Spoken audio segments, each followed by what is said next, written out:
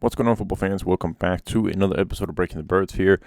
Gonna go through Calijah, Kancey. It's been a little quiet here on my part of the channel with all the draft picks and all that because it's really hard to come by quality tape of players. And so I wouldn't want to just go by broadcasting tape of these guys because it's an inaccurate measurement of it, and I don't think it would be that fun. But Calijah, Kancey, I found what I think is a decent, sizable amount of good snaps and good overview of some snaps here to go through what kind of player he is. He is one of the first guys that I really fell in love with here in this draft process. I'm a big fan of his potential and what I think the modern NFL defensive tackle is more trending towards looking like. Eagles obviously lost Javon Hargrave in free agency, and so that leaves a big void. Fletcher Cox came back on a one-year deal. Jordan Davis, unproven at this point. The same with Milton Williams. So Eagles need help at the defensive line. So Calijah, Kancey and the type of defensive tackles in that range, also the Jalen Carters of the world, are going to be in play for the Eagles as they always prioritize defensive line heavily. So let's just go through some of the basic facts here about Calijah, Kancey, because obviously the size stands out as largely a negative here. He's 6'1", he's 281, so he's really small. There's no going about that. But the biggest thing here, and the biggest knock I think people have on him, is this arm length of 30 and 5/8 inches. He's a generational type athlete for the defensive tackle position. He showed that with his 40-yard dash of 4.647, which is obviously the fastest among defensive tackles. So his athleticism is off the charts. He had a pretty good pro day as well, both in terms of broad jumps and verticals. He scored in the higher end of that. In that end as well. But so that's what we're given here. Undersized and extremely explosive athletically. That is the starting point here. And of course that leaves us here in the tape to be looking for how does he go against both in pass rush in terms of can he generate power, and also going to the running game. Is he able to sustain blocks and not be a liability in the run game? So, without further ado, let's go through the tape here of Calijah, Kancey. So, found a couple plays here we're going to go through. And to begin with, we have a bunch of plays here where we're going to be working against the run. So here he's lined up in the 3 technique. He's going to get double teamed here by the guard and tackle. And so what we're looking for is that he doesn't get displaced. We're not looking for him to make the big play on something like this. We want basically just him to stand up and fill up as much as possible. And I'd say with confidence here that he's being engaged here at the full mark line, still at the full mark line, and neither the guard or the tackle are going to the second level at this point here. So basically, when they're engaging up on him here, it leaves 7 with an opportunity to fill the gap here right next to Calijah, Kancey and make the tackle. So they don't get anything from this, despite double team being fully engaged up on Calijah, Kancey. Now moving down here to the goal line. Now naturally, this is where we don't want him on the field too much. And if we do have him on the field, we want as many defensive tackles in there as well, so he doesn't have he doesn't get double teamed basically. If that happens, of course, he's going to get driven. We're expecting him to be driven back. So here we're going on the opposite side here. We got the right guard and the right tackle engaging up on him. And what I think is really is notable here is one, he first shifts into the B gap here from the 3 technique. Then when he takes on the double team, he has good leverage, but he's more leaned in towards the guard than he is the tackle. He kind of gets skinny right here. To get skinny off of the contact from the tackle, and kind of that allows him to lower his center of gravity a little bit. And so 7 if he goes widely inside here, 0 has to attack this gap. It's not like Calijah is getting moved into the end zone at any point during this rep. If that would have been a problem if he did, because if he would have been moved into the end zone here, 7 wouldn't be able to even engage up on this gap. So Again, it's not ideal. He's not the guy who's blowing up the double team and making this tackle here in the backfield. But this is not a liability in a goal line situation where we would expect it to be really tough on him. So now we're in the one technique here. And again, this is not a sustained double team. This is a block up against the center where he gets to push from the guard. So in this situation, we would assume that his gap responsibility would be the A gap here to the weak side. And so when he's getting pushed into that opposite A gap, obviously that could leave some suspicion in terms of, all right, is he able to sustain his gap here when he's taking on a double team like this? But he's got really good hand placement on his guy here on the center. Like, look at him. He gets low. He gets really good hand placement right in the chest of the center. So we don't see those short arms here really being a problem, because he'll extend the inside arm here on the center and then push him aside. So we gotta getting some push pull action in here. Extend him up. See that? Extend it with one arm, then club over with the other one, and he's free in there to chase up on the running back. Now, why doesn't he make a tackle? Is that his fault? Well, we'll see here. He's got the A gap. He's still got the A gap. We need a fill here on the backside. So we can't expect our defensive tackle. I mean, the athleticism is off the charts there as well. We see the speed. After, like, he disengages right here, he still has the speed to go out, but he's not going to win a foot race to the sideline against the running back here. We would need somebody from the DB or the linebackers to come in and fill that contain on the backside. All right. So here we are in more 4 technique, a little bit outside shaded. And we got a double team again here. What I like about this rep, even though he's getting double teamed to begin with, is the power that he starts out the point of contact with. Again, arms closely in the chest of the offensive lineman and can extend him there. Everything becomes a little bit of a cluster over here naturally after. But again, what I'm looking for with defensive tackles in these situations are not that they blow up the double team and make the tackle.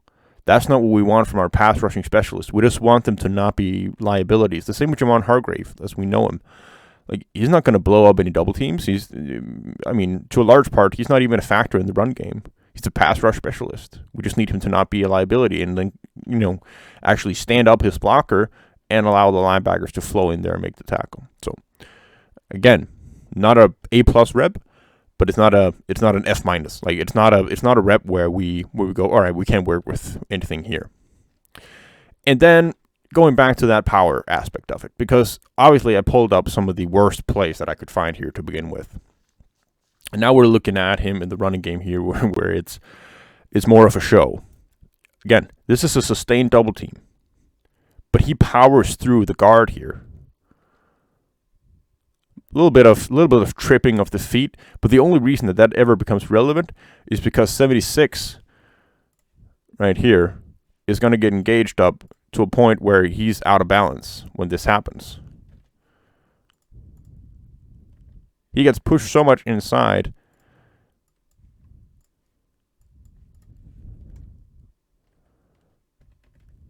where he's going to be losing his balance. He's going to trip inside. Kancey comes in, makes the tackle for a loss in the backfield.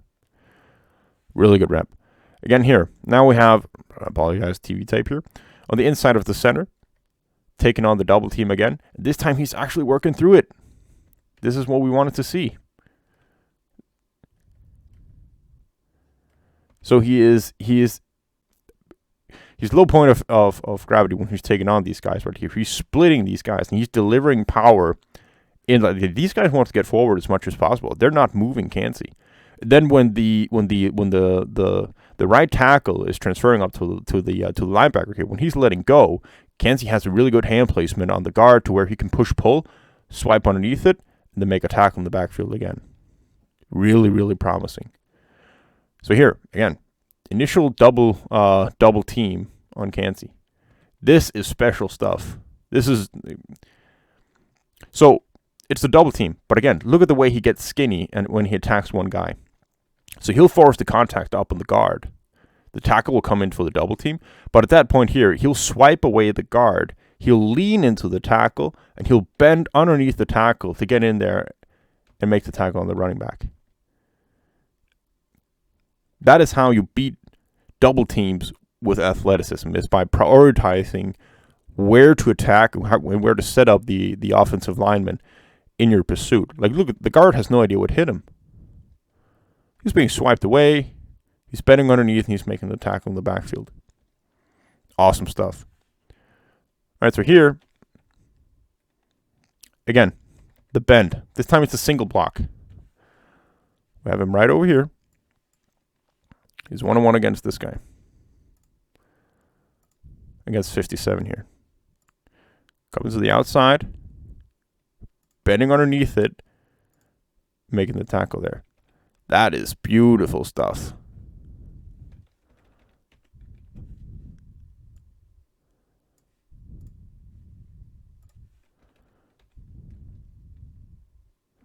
Good hand placement on the chest.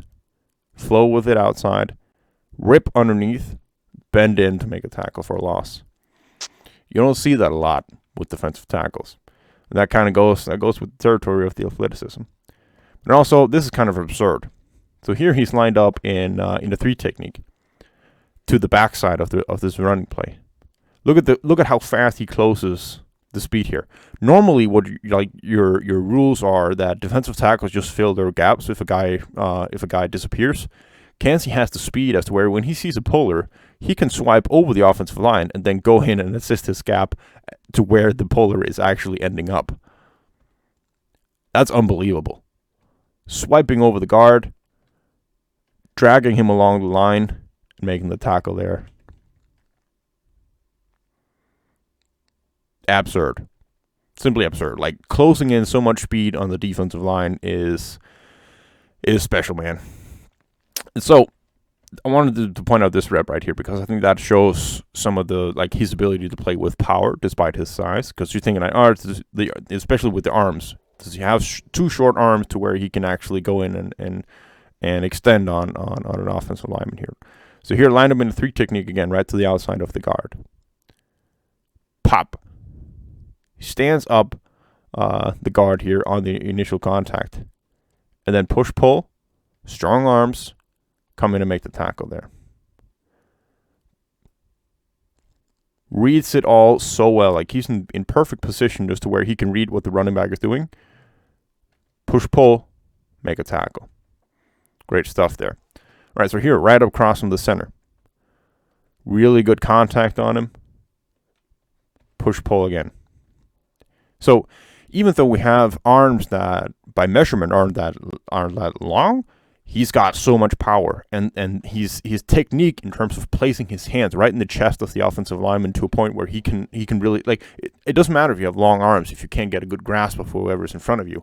Like, if you're grabbing on for everything and you don't have good technique, whenever you're pulling, you're ending up with nothing. You can't transfer any power into that.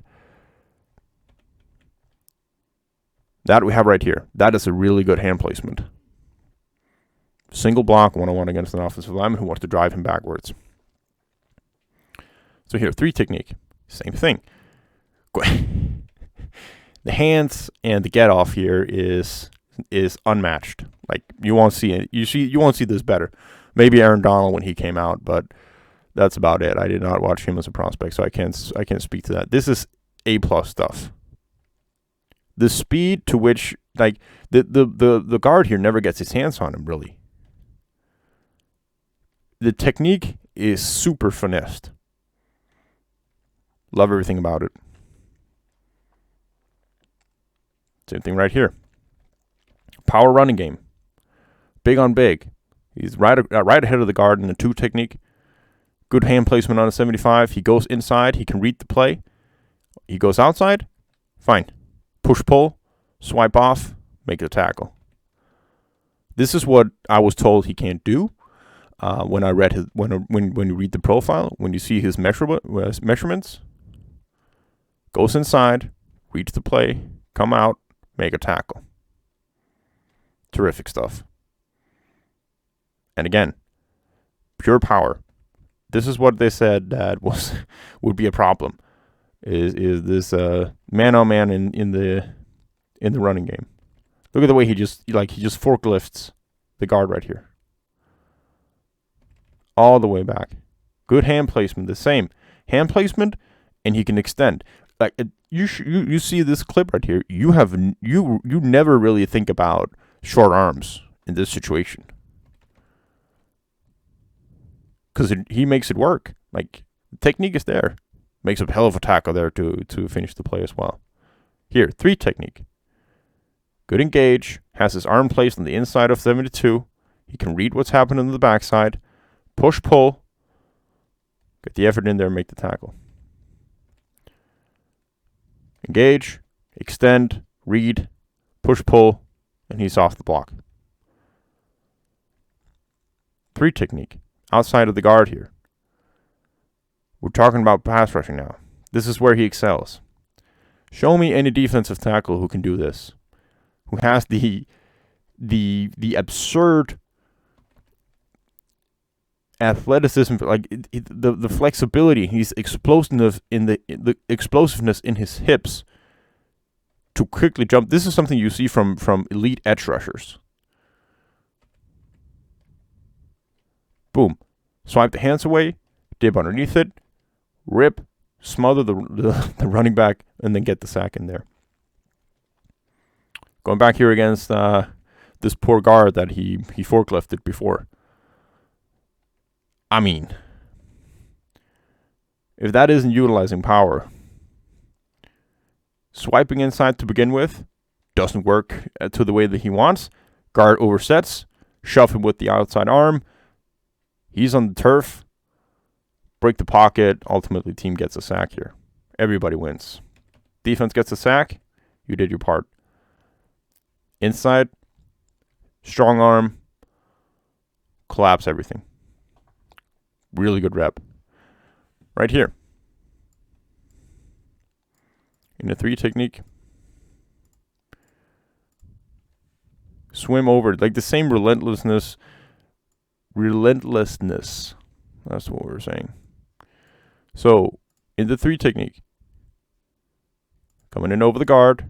First swim move doesn't succeed. He comes in backside of it. And swims across. Swims, spin, pursuit. Get the sack. Now line up a 0 technique. So we've seen all over the place now. 0, 1, 2, 3, 4. We've seen him all over the place here. 0 technique. You let him work in space under the defensive line, you're going to lose. So he has so much space here to our right side of the screen here. You can go the A gap. He's in the B gap. Takes on both the, what is that, a running back? Running back and the guard here. Pursuit to the edge, get the sack. We know he's fast. 2 technique, right across from the guard here. Beats him right off the spot. This is just pure explosiveness and hand usage as he's coming out of his get off. Pop. Guard lost before we're even 1 second into the play. Doesn't even result in the sack, so this won't show up in the stat sheet. Beautiful play. 3 technique. Coming outside here to begin with. Push, pull inside, rip, crash the pocket. So they want to go slide protection right, no problem. Good hand placement in the chest. Push, pull, rip across from it to clear away. Gets the sack. 1 technique. Right across from the center. Pure speed, pure strength here at the get up as he's getting on the center. Boom. Center goes back. He's out of balance. You push pull. He wants to overcompensate, lean a little bit forward, drop the anchor. Utilize that to your advantage. Swim across from him. Super smart here in the end as well. Sees quarterback, lets it go. Not an idiot about it. 1 technique again. Right across the center. Look at how he clears to that opposite B gap so fast. So he's in the left side A gap to begin this play. Now he's in the opposite B gap. Like, this dude takes stunting on the defensive line to a new level. Like, the things you can do in the speed of which your defensive tackle can get outside is just, it's relentless. Right, so right here, right across from the guard, 2 technique. Swim again. Swim underneath it and bend. It does not get better than this. Swim right across. So we'll see him in a lot of times. He will first engage with his really good technique and hand placement on the chest of the offensive lineman, but then on a rep like this, it's over to begin with. Like he swipes away the hands of the offensive lineman. Then he either swims or rips. Can utilize both. He has both in his repertoire in his pocket that he can use. Come in there and finish for the sack. 3 technique here. Look how fast he comes inside. Utilizes his own stature to his advantage right here. He's in the B gap to begin with. Instantaneously in the A gap right after, he goes skinny off the arm of the center here. Leans into the guard, and then bends in for the QB hit here. He gets rid of it again, so it, again, doesn't show up on the stat sheet. Look how smart he is with the hands here of 75, the center. So initially, he'll get his hand up there. Boom, swipe it away, go skinny, then dip into it. Beautiful rep. Smart handwork. Something we see from Hassan Reddick a lot. That's why he wins as well. When you can read everything from the offensive linemen, what they're doing, if you can remove their hands, you're a good step towards winning. 2-eye technique, right inside of the guard here. Man on man. Beat him before it's even started.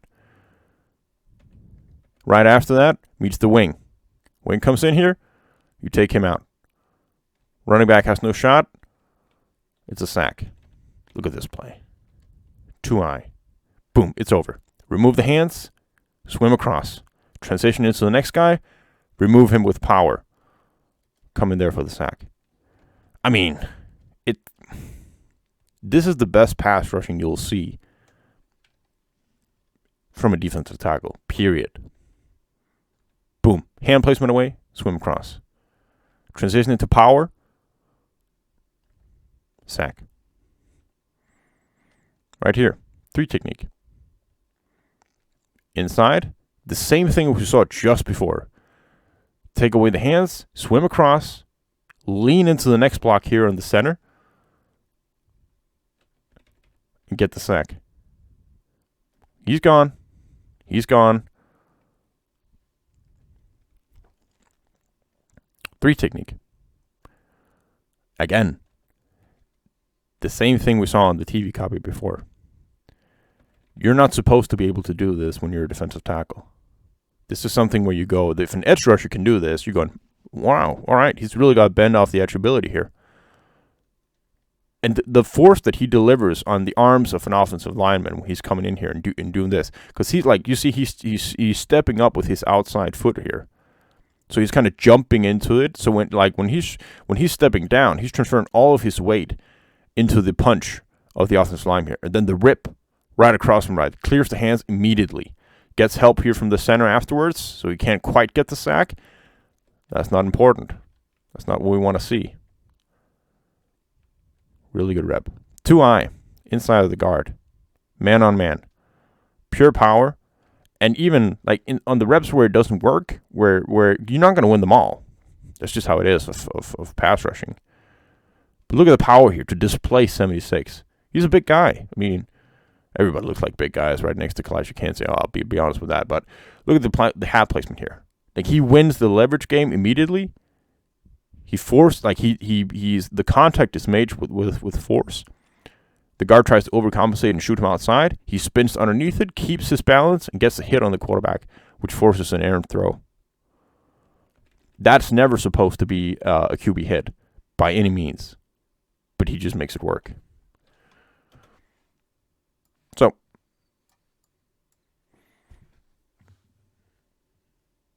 I'd take him at 10. I think his weaknesses are overblown. I think he has the potential to be a generational type pass rushing defensive tackle.